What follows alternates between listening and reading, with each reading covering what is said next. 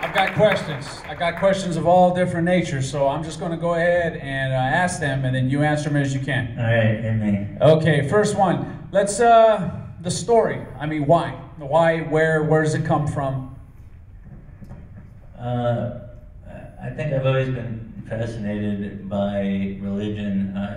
I was raised in a household without any religion whatsoever, so it always was sort of a curiosity to me a little bit. I just didn't really know anything about it. It's not where I came from, but I have a son. He's 6 years old now, but a couple years ago he started asking the kinds of questions that kids naturally ask.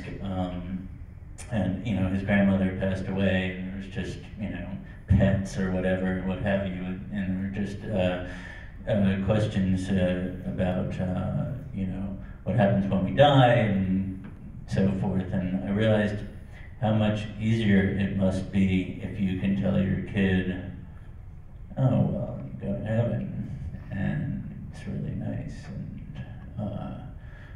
that's not something that was really in my vocabulary, so to speak. So I think,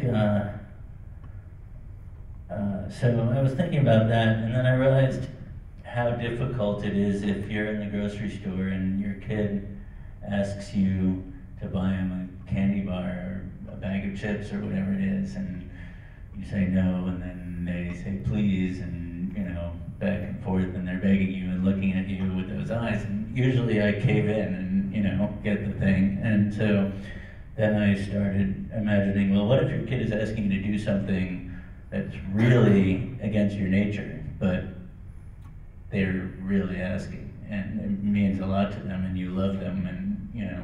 So anyway, all these things sort of circulating around, and so I started to explore that sort of parallel. It is, in fact, I told the actor that I didn't want to know, or I wasn't gonna, let's put it this way, I wasn't gonna tell him where, you know, where that was coming from. I mean, I think I know what I think about it, but I've been really struck as I've been, you know, going to a few festivals with this thing and seeing other people watch it, that people definitely bring their own stuff to watching the thing, and so their interpretation.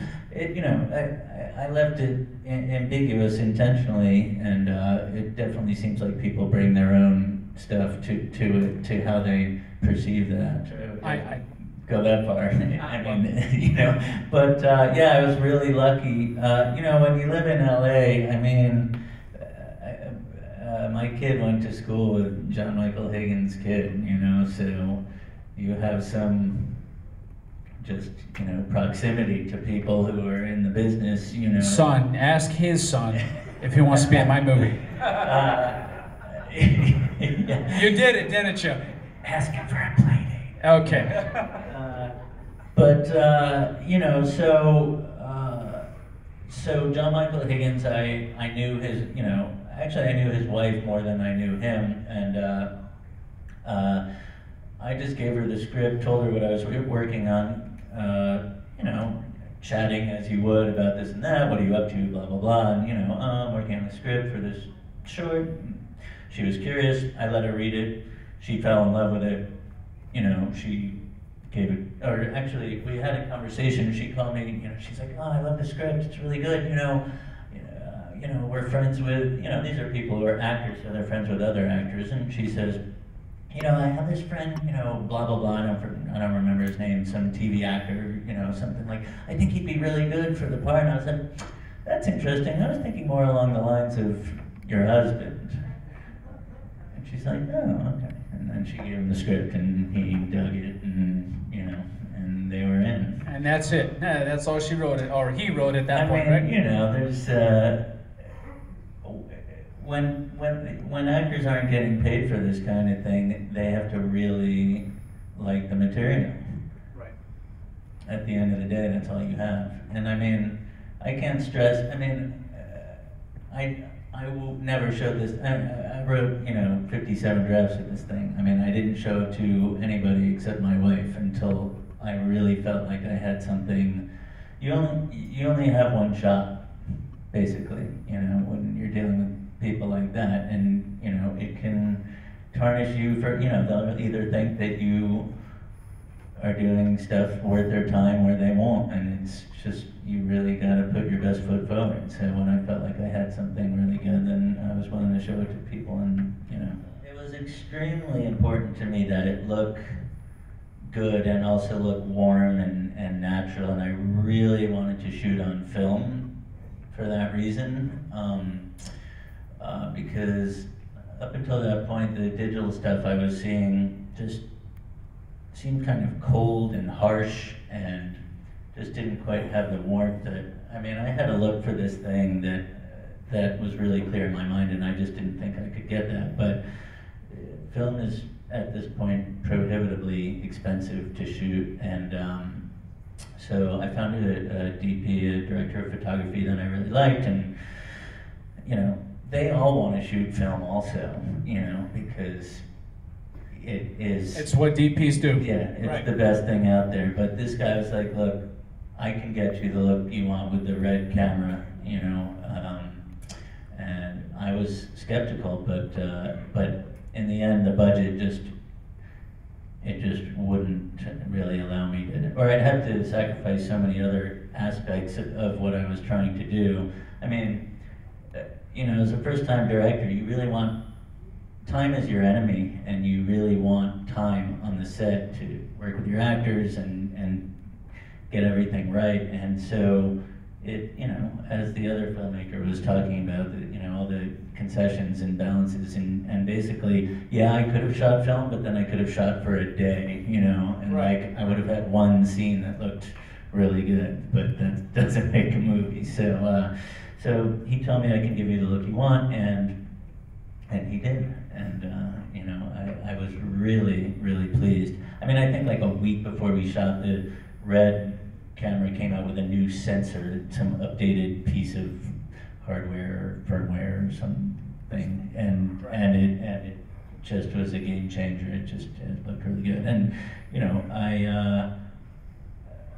I knew what I wanted to do, and I had research, and I had a little book with like color paint chips from the paint store. I thought a lot about this, and so I knew what I wanted it to look like, and I worked closely with the production designers, and I micromanaged them and was really irritating about every color and every light and everything, and a crazy director. Yeah, basically. Well, that's what we do. Okay, very good. So I played drums in rock bands and stuff, but I was always interested in film, and I moved to LA. I was still playing music, but my day job was working at film production companies as a PA and a runner, and just sort of experiencing all different aspects of filmmaking and TV and stuff like that. And then I got a job as like a gopher, basically, at a place that made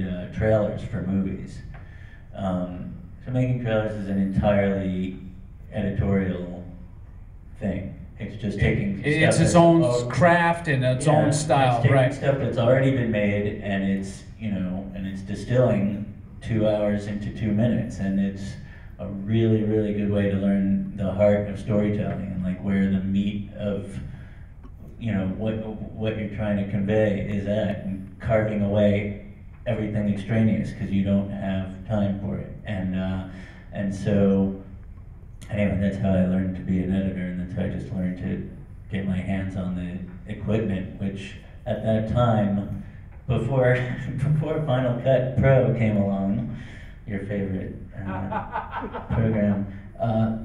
These are systems that cost hundreds of thousands of dollars, and you didn't just have on your home computer. So just getting access to that, I mean, it's not like I'm 100 years old, but yeah, even so, when I was coming up, just getting access to that stuff and learning how to do it was half the game. And if you knew how to use it, then you could probably get hired to do something. And so that's how I learned sort of the art of editing, and that's how I learned how to use the equipment. And then I just went out on my own as a freelance editor, and you know, a lot of years working on a lot of crappy things of other people's, and you spend a lot of time as an editor thinking, I could have done this better, maybe, or differently, or something, or I wish I had this, or why didn't they do that, or, you know, and so at a certain point you gotta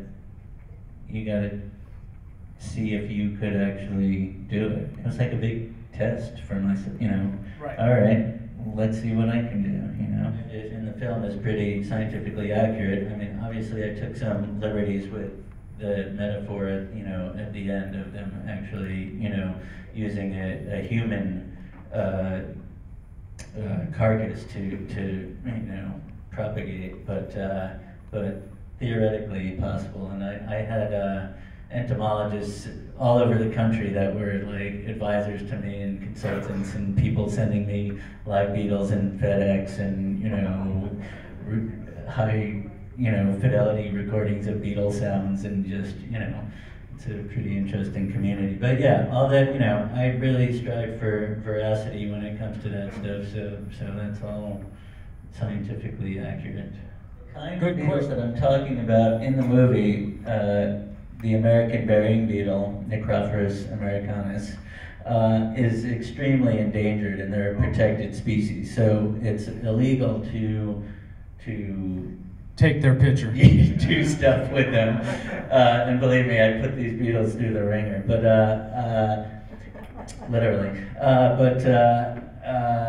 So these were a species that look very similar to that for any layperson, they wouldn't be able to tell the difference. And so I just did that research and found ones that, you know, looked close enough.